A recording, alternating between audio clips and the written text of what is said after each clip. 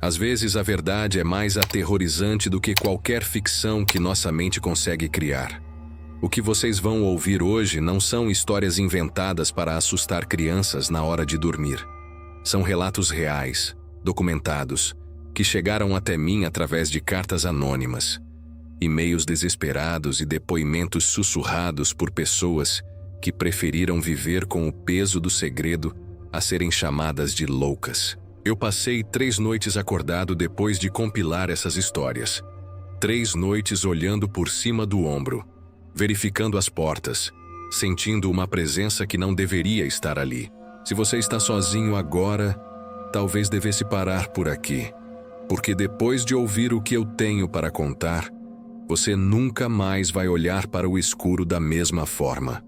Você foi avisado. Esta primeira história chegou até mim através de uma carta manuscrita, sem remetente, que encontrei embaixo da porta do meu apartamento numa manhã de terça-feira.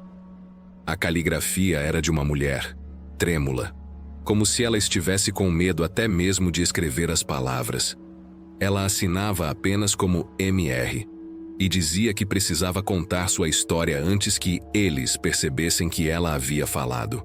MR me contou que em agosto de 2022, ela e o marido compraram uma casa vitoriana em uma cidade pequena do interior. Era uma casa linda, com 3 andares, um jardim extenso e um preço suspeitosamente baixo para o tamanho e a localização. O corretor de imóveis foi evasivo quando perguntaram sobre os donos anteriores, dizendo apenas que a família anterior se mudou rapidamente por motivos pessoais. A casa tinha um quarto de hóspedes no 2º andar, no final de um corredor longo e estreito.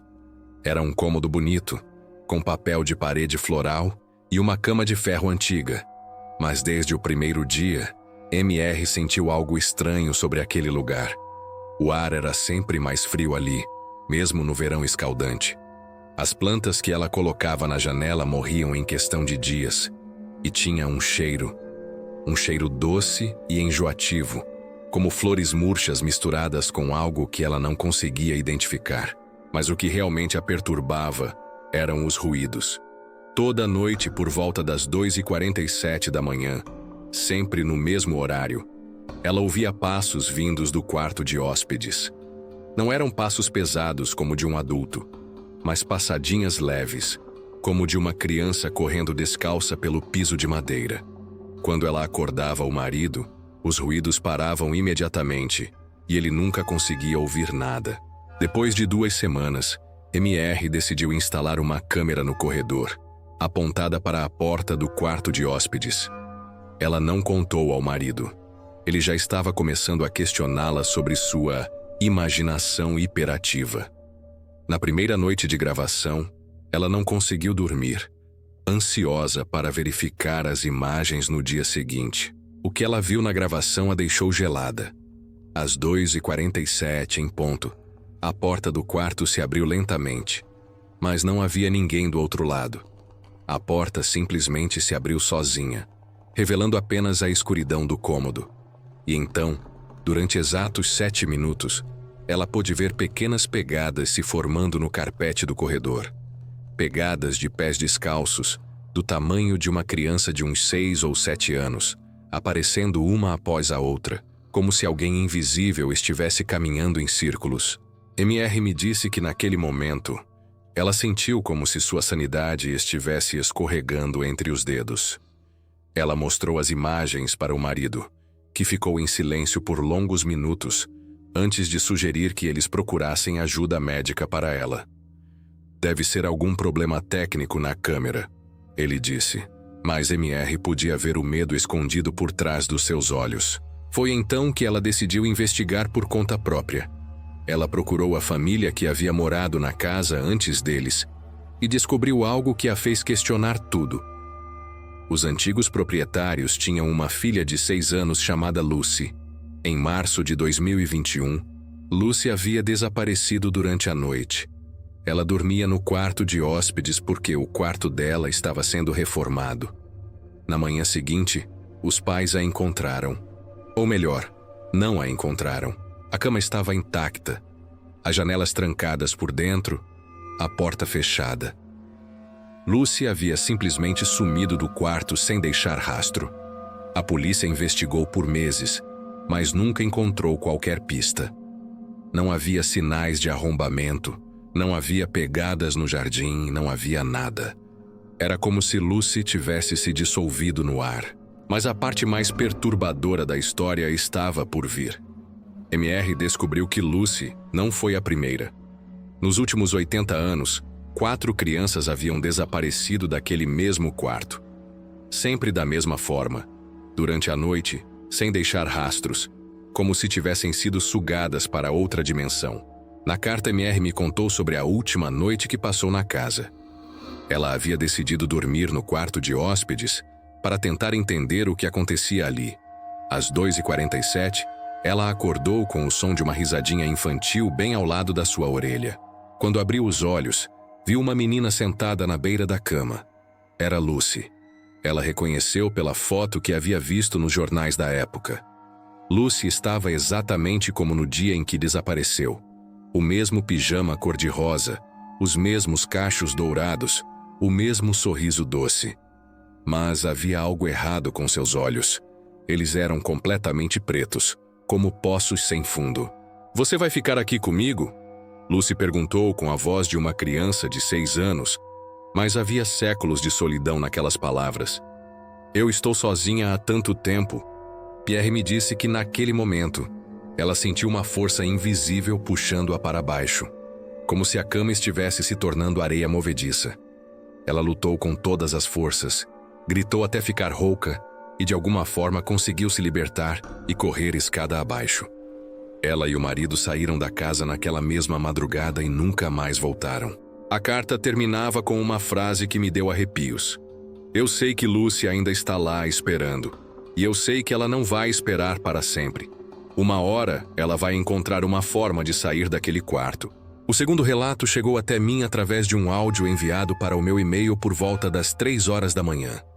Era a voz de um homem mais velho, com sotaque do Nordeste, que dizia trabalhar como operador de telemarketing há mais de 20 anos. Ele se identificava apenas como João, e sua voz tremia tanto que eu precisei aumentar o volume para entender algumas partes. João me contou que trabalhava no turno da madrugada de uma empresa de cobrança em Recife. Era um trabalho que ele odiava, mas que pagava as contas. Ele passava a noite inteira ligando para pessoas que deviam dinheiro, ouvindo xingamentos, súplicas e desculpas. Mas em setembro do ano passado, algo mudou completamente sua percepção sobre aquele trabalho aparentemente comum. Tudo começou quando o sistema da empresa começou a gerar números aleatórios para as ligações. Não eram mais apenas os números dos devedores cadastrados. O computador passou a discar sequências estranhas, números que não seguiam o padrão brasileiro, números que não deveriam existir. João reportou o problema para a supervisão, mas disseram que era impossível, que o sistema estava funcionando normalmente. Na primeira vez que ele discou um desses números estranhos, uma criança atendeu. João ficou confuso. Era mais de meia-noite. Que tipo de criança estaria acordada naquele horário? "Alô?", disse a voz doce de uma menina que parecia ter uns 8 anos. João explicou que tinha ligado por engano e estava prestes a desligar quando a criança disse algo que o deixou gelado. "Tio, você pode me ajudar? Eu estou perdida há tanto tempo." João perguntou onde ela estava, se precisava que ele chamasse alguém. A menina então disse que estava em um lugar escuro, que tinha muitas outras crianças ali e que elas não conseguiam encontrar o caminho de casa. Preocupado, João pediu o endereço, mas a linha caiu antes que ela pudesse responder. Na noite seguinte, o sistema gerou novamente números estranhos. Desta vez, quem atendeu foi um homem com voz áspera, que falava como se estivesse com dificuldade para respirar. Você consegue me ouvir?" O homem perguntou. João confirmou, e o homem continuou. "Eu morri ontem à noite, num acidente de carro na BR-116, mas eu ainda estou aqui. Porque eu ainda estou aqui." João desligou imediatamente com as mãos tremendo. Ele procurou na internet notícias sobre acidentes na BR-116 e encontrou uma matéria sobre um homem que havia morrido num acidente naquela mesma noite. O nome e a idade batiam com as informações que o homem havia dado durante a ligação. Noite após noite, os números estranhos continuavam aparecendo no sistema de João. E a cada ligação, ele ouvia vozes de pessoas que afirmavam estar mortas. Crianças perdidas, adultos confusos, idosos que choravam pedindo para falar com parentes que já haviam falecido há décadas. Todos descreviam o mesmo lugar, um local escuro, frio, onde ecoavam gritos distantes e onde o tempo parecia não existir. João começou a anotar as informações que essas vozes forneciam: nomes, datas de morte, endereços. Quando verificava, descobria que eram todas pessoas reais que haviam morrido recentemente ou em décadas passadas. Era impossível, mas estava acontecendo. Ele estava, de alguma forma, recebendo ligações dos mortos. A situação se tornou ainda mais perturbadora quando João começou a reconhecer algumas vozes. Era sua avó, que havia morrido 15 anos antes. Era seu melhor amigo do colégio, vítima de um câncer aos 25 anos. Era seu pai, que ele nunca havia conhecido, mas cuja voz era idêntica à sua própria. João, meu filho, a voz do seu pai disse numa dessas ligações: eu sei que você nunca me perdoou por ter abandonado você e sua mãe, mas eu preciso que você saiba que eu pensei em vocês todos os dias até morrer. E agora eu estou preso aqui neste lugar, pagando por todos os meus pecados. João começou a questionar sua própria sanidade. Ele procurou ajuda médica, fez exames psiquiátricos, mas todos os resultados deram normais. O mais assustador era que as gravações das chamadas, que eram automaticamente salvas pelo sistema da empresa, confirmavam tudo. As vozes estavam lá, os diálogos completos, as informações impossíveis de saber. Foi então que João descobriu o verdadeiro horror por trás dessas ligações. Uma das vozes, de uma mulher idosa, lhe contou que existia uma fila naquele lugar escuro. Uma fila de almas que aguardavam para fazer uma última ligação, um último contato com o mundo dos vivos. E que João havia sido escolhido como o receptor dessas mensagens, por razões que nem ela compreendia completamente. Mas cuidado, menino, a velha senhora o alertou. Cada ligação que você atende cria uma rachadura entre os dois mundos. E se essa rachadura crescer demais... Ela não terminou a frase, mas João podia ouvir outros sussurros ao fundo. Vozes desesperadas implorando para falar com seus entes queridos. O áudio que João me enviou terminava de forma abrupta. Ele dizia que na última noite de trabalho, havia recebido uma ligação diferente. Não era uma voz humana, mas algo que parecia vir de muito longe, de um lugar mais profundo que o limbo, onde as outras almas estavam presas. E essa voz havia dito apenas uma coisa: João, seu tempo acabou. Agora é sua vez de atravessar para o nosso lado. João nunca mais apareceu no trabalho. A empresa disse que ele havia pedido demissão por e-mail, mas os colegas sabiam que algo estava errado. Seu apartamento foi encontrado vazio, sem sinais de luta, sem bilhete de despedida. Apenas um papel na mesa da cozinha com centenas de números de telefone escritos à mão e uma frase rabiscada no final: eles estão vindo me buscar. A última história que vou compartilhar com vocês hoje chegou até mim de uma forma ainda mais bizarra. Eu estava organizando algumas fotos antigas no meu computador quando encontrei uma pasta que eu tinha certeza de nunca ter criado. O nome da pasta era Para o Contador de Histórias, e dentro dela havia 15 fotografias e um arquivo de texto. As fotos eram perturbadoras. Mostravam diferentes locais: casas abandonadas, cemitérios antigos, florestas densas, hospitais desativados. Mas todas tinham algo em comum. Em cada uma delas, havia figuras translúcidas, quase imperceptíveis, de pessoas que pareciam estar presas nos cenários. Não eram truques de edição ou defeitos da câmera. Eram presenças reais, capturadas em um momento de transição entre dois mundos. O arquivo de texto continha o depoimento de um homem chamado Rafael Mendes, que se descrevia como fotógrafo paranormal.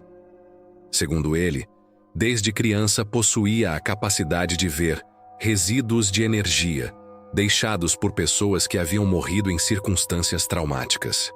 Com o tempo, ele descobriu que sua câmera conseguia capturar essas presenças de forma ainda mais nítida do que seus próprios olhos. Rafael me contou que durante 12 anos, ele viajou pelo Brasil documentando lugares assombrados. Não para vender as fotos ou ganhar fama, mas porque acreditava que essas almas presas precisavam ser vistas, precisavam ser reconhecidas. Era como se, ao fotografá-las, ele estivesse dando a elas uma última chance de existir.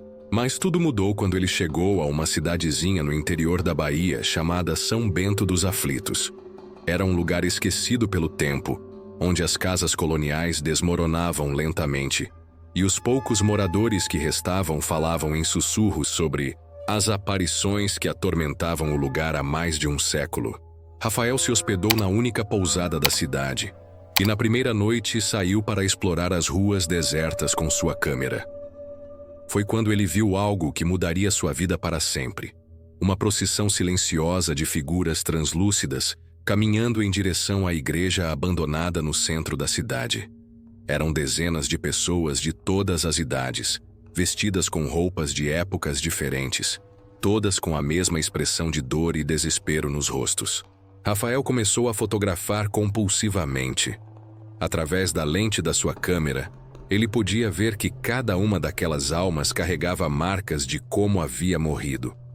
Havia crianças com ferimentos de bala, mulheres com marcas de corda no pescoço, homens com facadas no peito. Era como se São Bento dos Aflitos fosse um depósito de almas que haviam sofrido mortes violentas ao longo dos séculos. No dia seguinte, Rafael procurou o padre aposentado da cidade, Padre Antônio, um homem de 78 anos que conhecia toda a história sombria do lugar. O padre lhe contou que São Bento dos Aflitos havia sido palco de massacres durante a Guerra de Canudos, de execuções sumárias durante a ditadura militar, de chacinas entre fazendeiros e sem terra.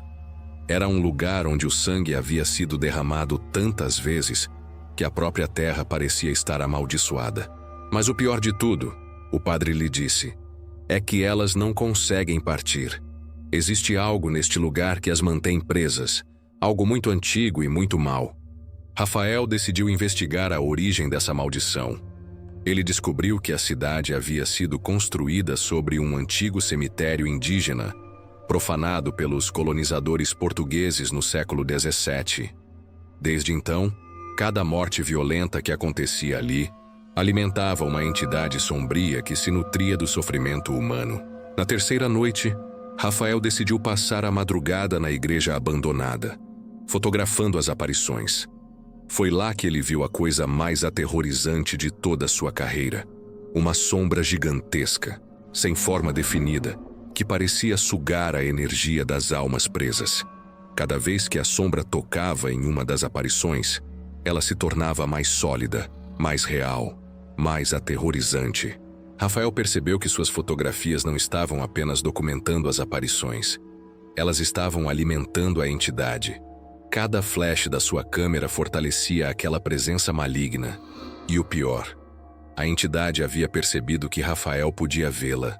Ela começou a se voltar para ele. O arquivo de texto terminava de forma desesperada. Rafael escrevia que a entidade havia o seguido de volta para São Paulo. Ele podia senti-la crescendo dentro da sua casa, nas sombras dos seus quartos, por trás das cortinas. As fotografias que ele havia tirado em São Bento dos Aflitos começaram a se modificar sozinhas.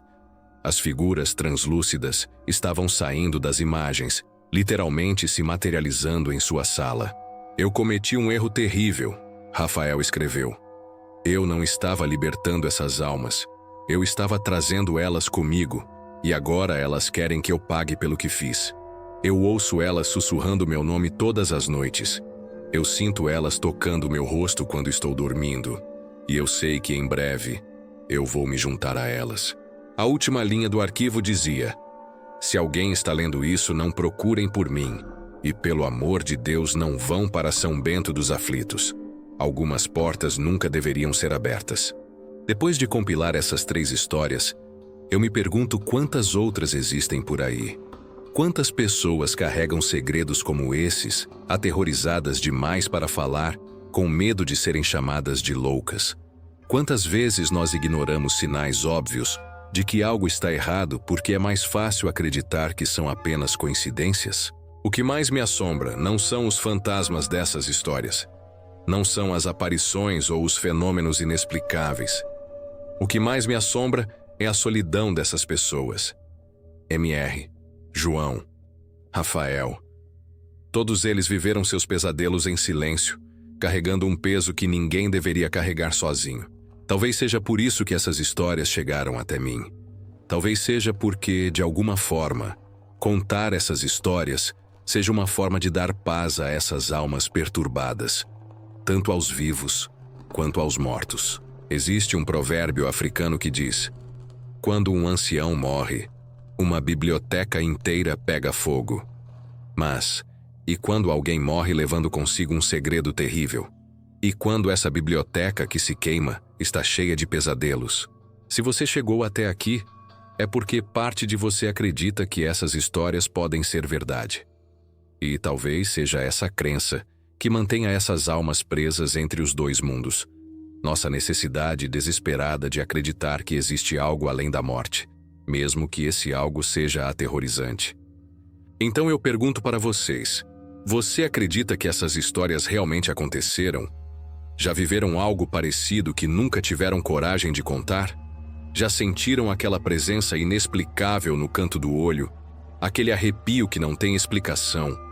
Aquela certeza absoluta de que não estão sozinhos quando deveriam estar?